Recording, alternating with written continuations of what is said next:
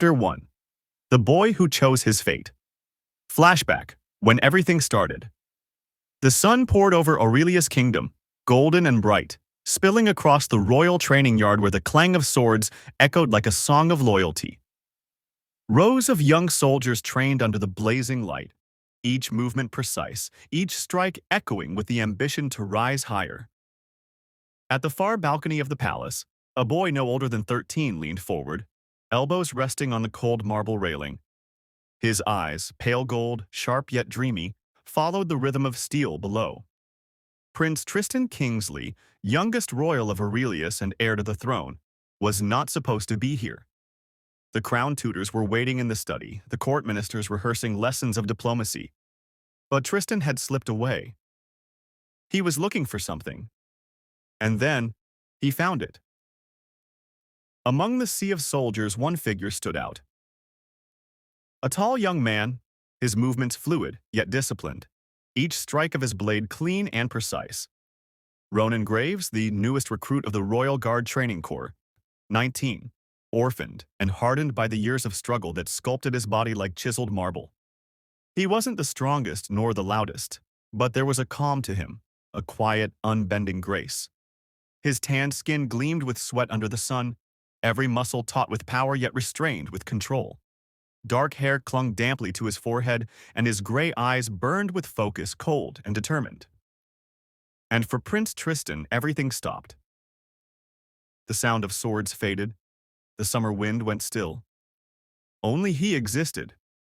The prince's lips parted slightly.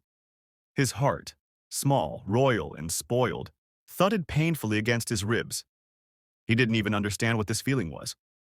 All he knew was that this man, this beautiful, scarred soldier, was his.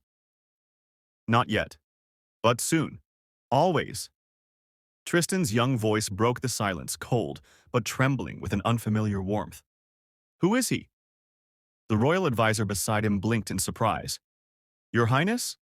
Tristan pointed toward the yard, eyes never leaving the soldier. The one with the black hair and silver eyes. The one who moves as if the world belongs to him but still bows to the ground. The advisor followed his gaze. Ah, that would be Ronan Graves, my prince. He entered the guard this year, an alpha from the common lands. Skilled, quiet, obedient. He will be my personal guard, Tristan interrupted. The advisor froze. Your Highness, the selection process for personal guards is… You didn't hear me? Tristan's golden eyes turned sharp, gleaming with something far too mature for his age. That one will guard me, always. There was no hesitation, no childish impulsiveness in his tone, only a quiet, chilling certainty. That evening, the order was carried out. Ronan was summoned to the palace and assigned as the personal guard to the young prince. The soldier bowed, confused but obedient. He was given royal quarters, silk uniforms, and the personal seal of the crown prince himself. When Ronan met the boy he would guard, he was startled by the intensity of the prince's gaze. Tristan's small figure sat gracefully upon a cushioned chair, but his presence filled the room like sunlight trapped in glass, too bright, too focused. Rise, Tristan said softly. I wanted to see your face. Ronan straightened, his eyes meeting Tristan's for the first time. And for a moment, even the alpha who feared no man felt uneasy. The young prince's eyes shimmered with curiosity and something else, something possessive, as if the boy already owned him. You're beautiful, Tristan whispered before he could stop himself. Ronan blinked, startled. Your Highness? For a soldier, Tristan added quickly, smiling in a way that didn't reach his eyes. Most are brutish, but you… He tilted his head, studying him. You carry elegance with your scars. I like that. Ronan said nothing, only bowed. But Tristan's words lingered like a touch he couldn't shake off. In the months that followed, Ronan became Tristan's shadow, his sword and shield. He accompanied him to lessons, to garden walks, to councils. And though Tristan was young, he never treated Ronan like a servant. No, he treated him like something precious. Whenever the soldiers gathered, Tristan would ensure Ronan's name was praised. Whenever gifts were sent, Ronan's chambers received incense, rare, royal, and scented faintly with the prince's own pheromones. At first, no one questioned it. But soon, the guards whispered, "The prince favors that alpha too much. It's unnatural." But Tristan didn't care. Every time Ronan entered a room, his heartbeat fluttered in a way he couldn't explain. Every time Ronan bled during sparring, Tristan's hands trembled with rage until the medic bandaged him. And every night, as he lay awake in his silken bed, the young prince whispered to the darkness, "One day, you'll stand beside me, not behind me. You'll be my strength, my consort, my love." A boy's fantasy, perhaps, but for Tristan, it was a vow, etched into his heart as fate itself. Years later, when he would wear the crown and rule the empire, many would say the king's obsession with his alpha guard began the day Ronan saved his life. But they were wrong. It began here, in the training yard bathed in sunlight when a boy of 13 saw a soldier of 19 and quietly decided his destiny. And from that day onward, Prince Tristan Kingsley of Aurelius made sure his alpha would never again belong to the world. Only to him. Forever. Chapter 2. The Prince's Guard and the Beginning of Soft Manipulation. The years rolled by quietly in Aurelius, each one polishing the young prince into a man far more mature than his age. At 17, Prince Tristan Kingsley no longer looked like a boy who hid behind marble pillars and daydreamed of his future knight. He had become elegant, sharp, composed, his golden eyes deep pools of thought and power. And beside him, as always, walked Ronan Graves, his shadow, his guard, his silent devotion. Their bond had changed. Once formal, once distant, it now pulsed with a rhythm that neither dared to name. Ronan stood watch outside the royal library one evening, moonlight silvering his armor. He had grown broader, stronger, his shoulders carrying the weight of both sword and crown secrets. Tristan emerged from the library holding a book of philosophy. He paused beside his guard, eyes sweeping over him before smiling faintly. "Do you ever rest, Ronan?" Ronan bowed slightly. "A guard does not rest while his prince still stands awake." "Then I must be cruel," Tristan murmured, stepping closer, close enough that his scent brushed against Ronan's senses, warm and heady like golden honey. "Because I don't want you to rest." Ronan's breath caught. He had grown used to the prince's teasing, the subtle flirtations that could be dismissed as childish playfulness, but lately they carried something heavier, something that burned at the edges. "Your Highness," Ronan started, tone low, "you shouldn't—" Tristan smiled, tilting his head. "Shouldn't what? Stand too close, speak too softly, or make my alpha blush like this?" Ronan's jaw tightened. He said nothing, but Tristan saw it, the faint pink blooming across the man's stoic face. And he felt victorious. Because every reaction Ronan gave was a proof, one step closer to the promise Tristan had made years ago when he was only a boy watching a soldier train under the sun. "You'll be mine. You'll bear my heir. No one will take you away from me." That vow had never faded. It only grew deeper, more possessive with every passing year. In the privacy of his chamber, Tristan studied old Enigma texts, ancient records of alpha pregnancies. It was rare, yes, difficult, yes, but not impossible. His bloodline, the Enigma royals of Aurelius, carried the power of life itself, the gift of creation between soul-bonded mates. He would make Ronan his queen. He would make Ronan the mother of their child. It didn't matter what the world said about alphas or hierarchy.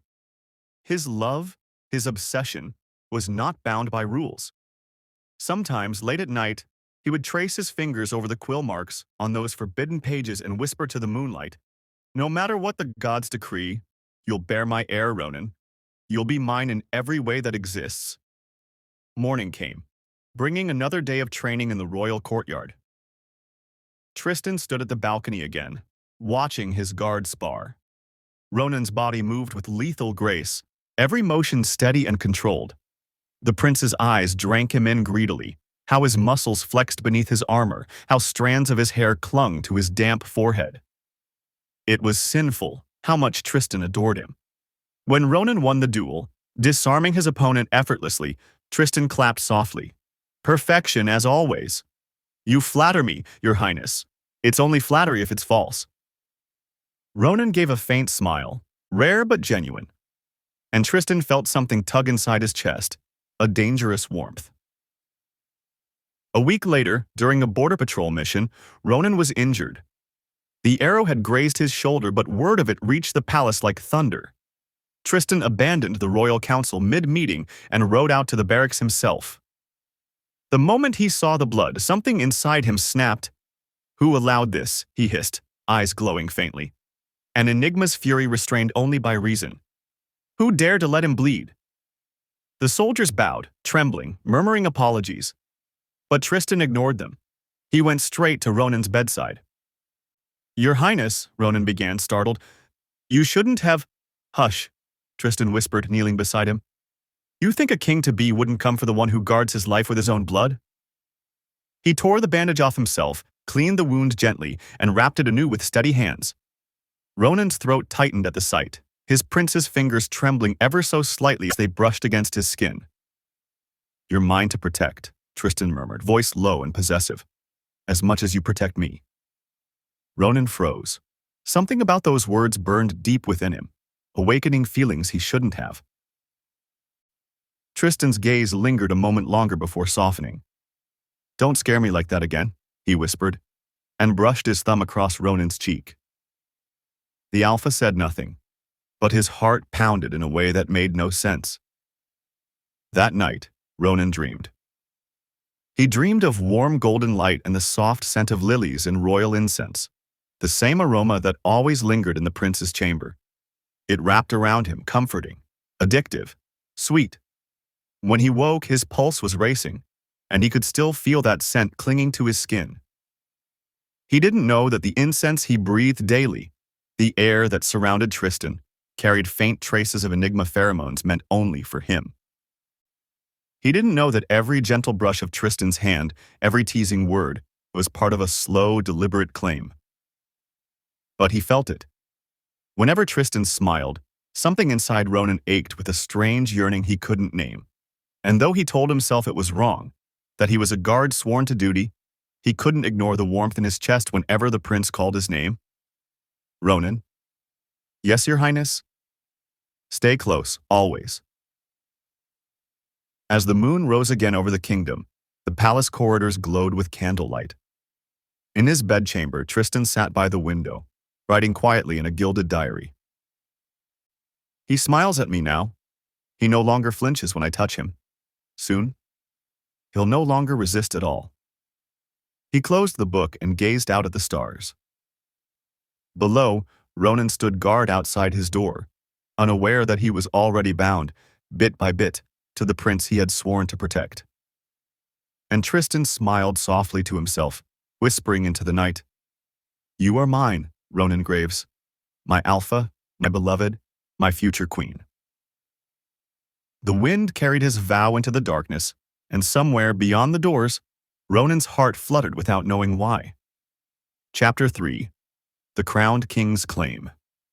The great bells of Aurelius tolled across the capital, their deep chime echoing through marble spires and sunlit courtyards. The air shimmered with gold dust and the scent of white lilies, the flower of coronation. At 19, Tristan Kingsley ascended the throne. He stood beneath the towering dome of the royal cathedral, a figure carved in radiance and divinity, robes of ivory trimmed with molten gold, his crown gleaming like the first light of dawn. His golden eyes, piercing, calm, and all-seeing, swept over the crowd gathered before him, nobles, ministers, commoners, soldiers, and him. Behind the throne, clad in ceremonial armor that shone like moonlight, stood Ronan Graves. His expression was solemn, loyal, perfect. The Alpha stood tall, hand resting over his heart, gaze lowered in respect. But Tristan's smile, oh, that smile, hid years of carefully laid plans. From the moment he first saw Ronan in the training yard, this day had been inevitable. Every decision, every calculated move, every whisper of power had been leading here. To this. To him. When the high priest placed the crown upon his head and declared him King Tristan of Aurelius, the young monarch turned slightly, just enough for his eyes to find his Alpha guard. And when their gazes met, something dark and tender flickered beneath Tristan's calm exterior. Mine. The word wasn't spoken aloud, but it burned through the king's veins like molten gold.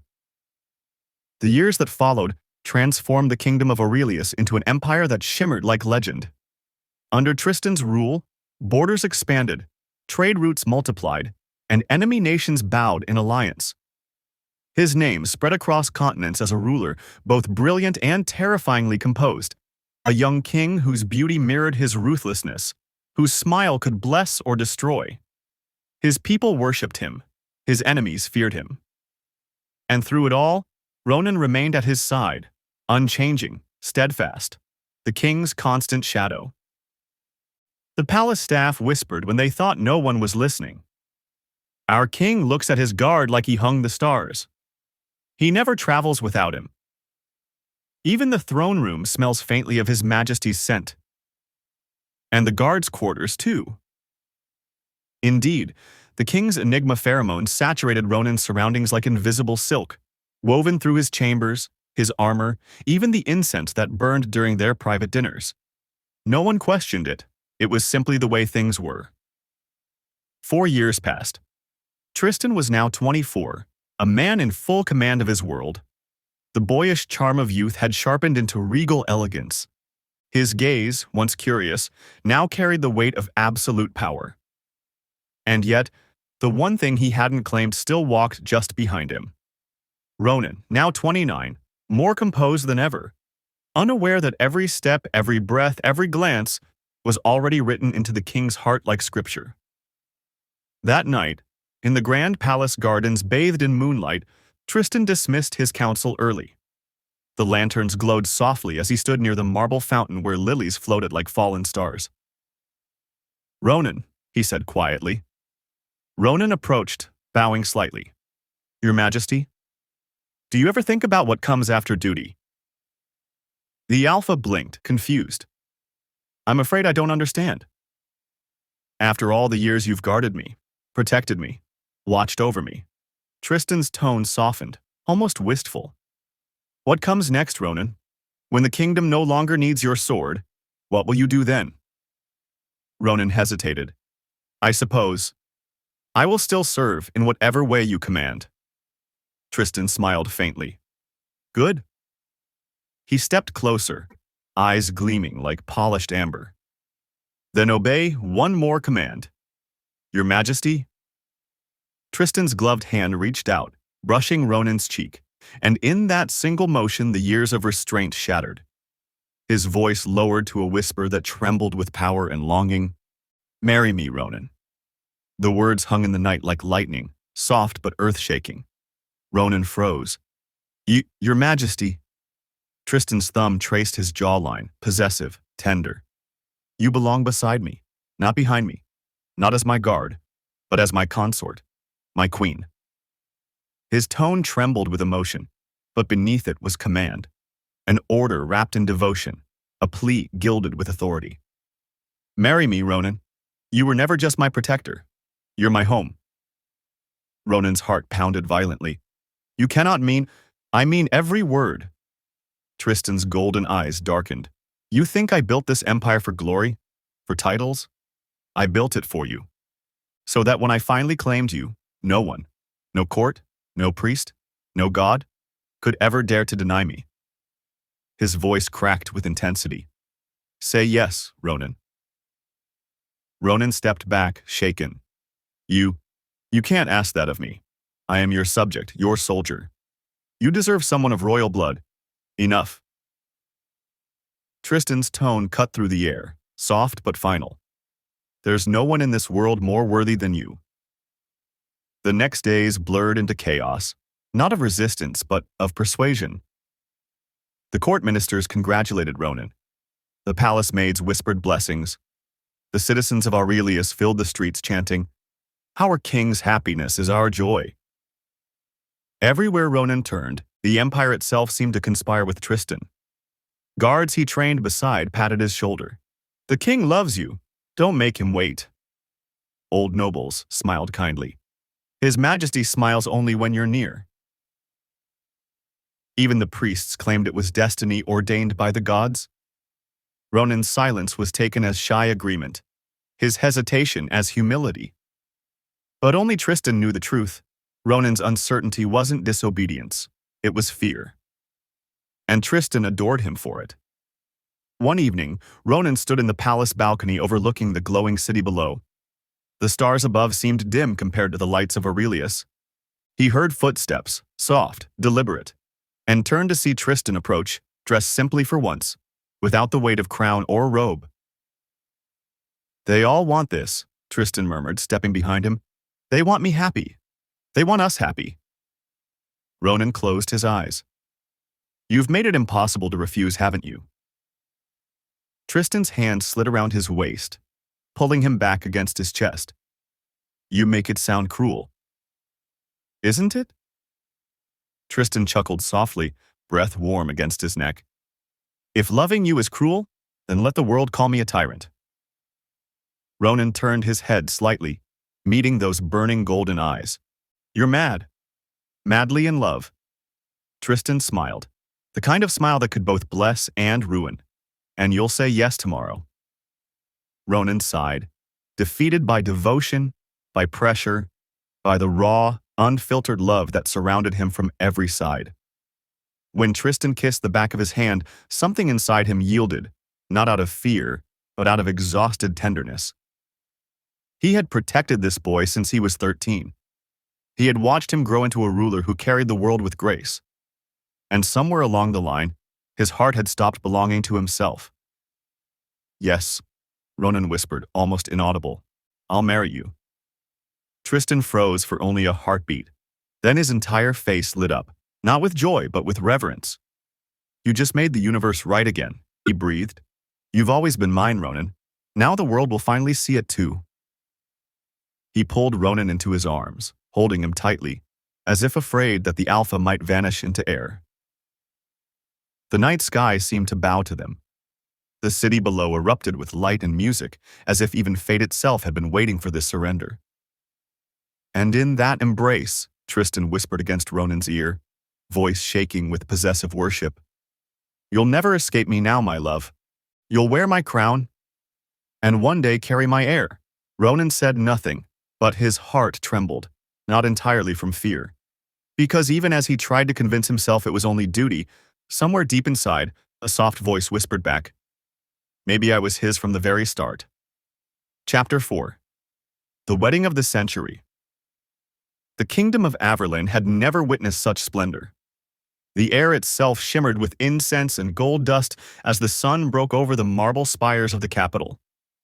Bells rang through the streets, their song echoing the joy and awe of the people. It was not just a royal wedding, it was the union of the century. Their beloved king Tristan Kingsley, divine-blooded Enigma, the ruler who had turned their empire into the most powerful in the continent, was to marry his personal guard, the mysterious alpha warrior, Ronan Graves.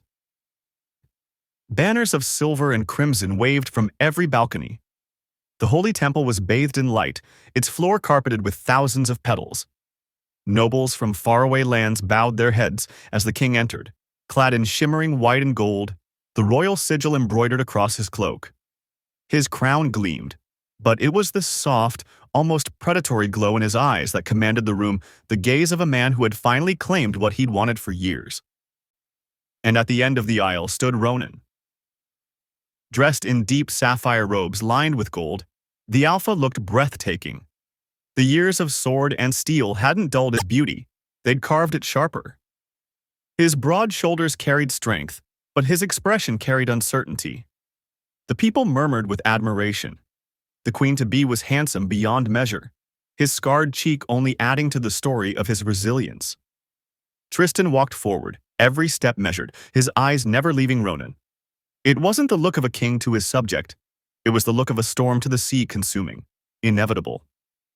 When he reached him, Tristan took Ronan's trembling hand and smiled soft, tender, and possessive. "You're shaking," he whispered so low that only Ronan could hear. "Don't. The world may watch, but this moment belongs to us alone." The ceremony began. Vows were exchanged beneath divine light, each word sealing not just a bond, but a destiny long crafted by Tristan's will. When the priest declared them united, the people roared, petals raining down like blessings from the heavens. But to Tristan, it was not blessing, it was claim. That night, the royal palace was bathed in the glow of 1,000 candles. Music echoed in distant halls, but inside the royal chamber, silence reigned heavy, charged, and sacred. Ronan stood by the window, the moonlight tracing the lines of his body beneath the thin silk robes. He didn't turn when the door opened. He didn't need to. The scent of sandalwood and amber Tristan's pheromones filled the air before the king even spoke. Tristan approached quietly, his voice barely above a whisper. "You look divine, my love." Ronan exhaled softly. "Your Majesty?" "Tristan," the king corrected, stepping closer until his breath brushed Ronan's neck.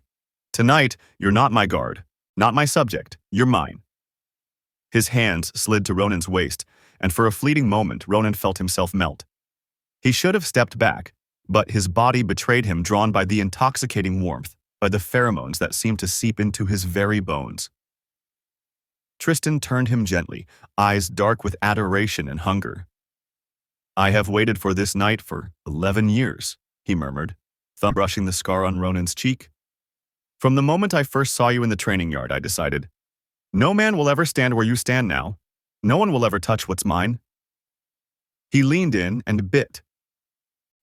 A sharp sting bloomed at Ronan's neck as Tristan's fangs pierced the skin, leaving behind the shimmering mark of an Enigma's claim. Their pheromones intertwined, threads of light and scent binding them in an unbreakable bond. Ronan gasped, knees weakening, clutching at Tristan's robe. The king caught him, holding him close, whispering between kisses, "You were mine before you knew what it meant to belong." The night unfolded slowly, intoxicatingly. Tristan worshipped him with reverence and obsession, both gentle touches laced with possessive hunger. When Ronan finally drifted into sleep, Tristan remained awake, arms wrapped tightly around his lover's body, his lips pressed to the newly sealed mark. Days turned into weeks, and the palace thrummed with celebration. The marriage festivities stretched for a month, feasts, fireworks, blessings from every corner of the continent. Yet behind the glory and laughter, a quieter world existed, one ruled by Tristan's relentless devotion. He could barely bear to be apart from Ronan. Every moment, he wanted to see him, touch him, remind him. He'd summon his queen to his side during court, seating him beside his throne, fingers occasionally brushing over his hand, a silent declaration to all that this alpha was his and his alone. At night, the king's obsession only deepened. He would mark Ronan's neck again and again possessively, even over the permanent bond scar. His pheromones would saturate the room, sinking into Ronan's skin until the alpha could no longer tell where he ended, and Tristan began. Ronan would protest softly, flustered, whispering, "Tristan, people will talk." And Tristan would only smile darkly, tenderly pressing his lips to Ronan's mark. Let them. Let them see that their king's heart beats for you alone. Let them see who owns my soul." He would pull Ronan into his lap, wrap his arms around his waist, and rest his chin on his shoulder, whispering words like spells. "I love you. I need you. You're mine. Always mine." And as the moonlight brushed over them, Ronan, exhausted, flushed, overwhelmed, would drift into sleep. Tristan would hold him tighter, gaze fixed on the mark he'd carved into the man's skin, lips brushing against it once more. "My queen," he'd murmur against Ronan's pulse, "I'll burn the world before I ever let it take you from me." And he meant every word. Chapter 5. The Heir of Two Sons. The palace of Averlane had always been full of song, but never had its halls glowed the way they did that season. The dawn light spilled through silken curtains, bathing the royal chambers in gold. Tristan Kingsley, king of 1,000 banners, sat beside his slumbering queen, eyes tracing every soft rise and fall of Ronan's chest. He had memorized every scar, every line, every breath, but today, something was different. Ronan stirred, pale and restless, his hand instinctively going to his abdomen. He had been ill for weeks, dizzy spells, nausea, exhaustion. The royal physicians had fussed, whispering theories until one morning, the truth landed like thunder. You are with child, your majesty, the chief healer had said, trembling. Ronan froze. His mind went blank. Pregnant? He was an alpha strong, broad-shouldered, trained for war, not this. His instincts rebelled against the very possibility. But the healers confirmed it again and again. The Enigma bond had made what was rare, real. He sat in stunned silence for hours, and when Tristan entered the chamber, Ronan's first words were no louder than a whisper. Tristan, I'm carrying your child. For a moment there was no sound, no movement. Then Tristan's breath hitched, his golden eyes wide and wet with disbelief. And then, slowly a smile bloomed, soft at first, then radiant, almost divine. He dropped to his knees before Ronan, trembling. You're carrying our heir? When Ronan nodded faintly, the king laughed a sound of pure, delirious joy. He kissed Ronan's stomach, tears streaking his cheeks. The gods have blessed me twice, once, when they gave me you, and again, when they let you bear our child. From that day forward, Averlane transformed. The news spread like wildfire. Bells rang through the cities. The kingdom celebrated for 7 days and 7 nights. Songs were written about the king who loved his queen so much that even the heavens bent their laws to grant them an heir. Tristan, for all his power, would not let anyone else near Ronan without his presence. He became more possessive than ever, yet gentler too. His obsession softened at the edges, replaced by reverent care. He would feed Ronan himself, cut his food, guide him when he walked through the gardens. His pheromones filled the chambers calming, protective, addictively warm. Ronan, despite his protests, found comfort in them. Every night, Tristan would lie with his head on Ronan's lap, murmuring to the unborn child. You are the second son of my world, he'd whisper. And your mother? He's my first. Ronan would roll his eyes, but his fingers would thread through Tristan's hair, betraying affection. The walls he'd built years ago had begun to crumble. The love that once terrified him, possessive, consuming, relentless, had turned into something softer. Still dangerous, still obsessive, but real.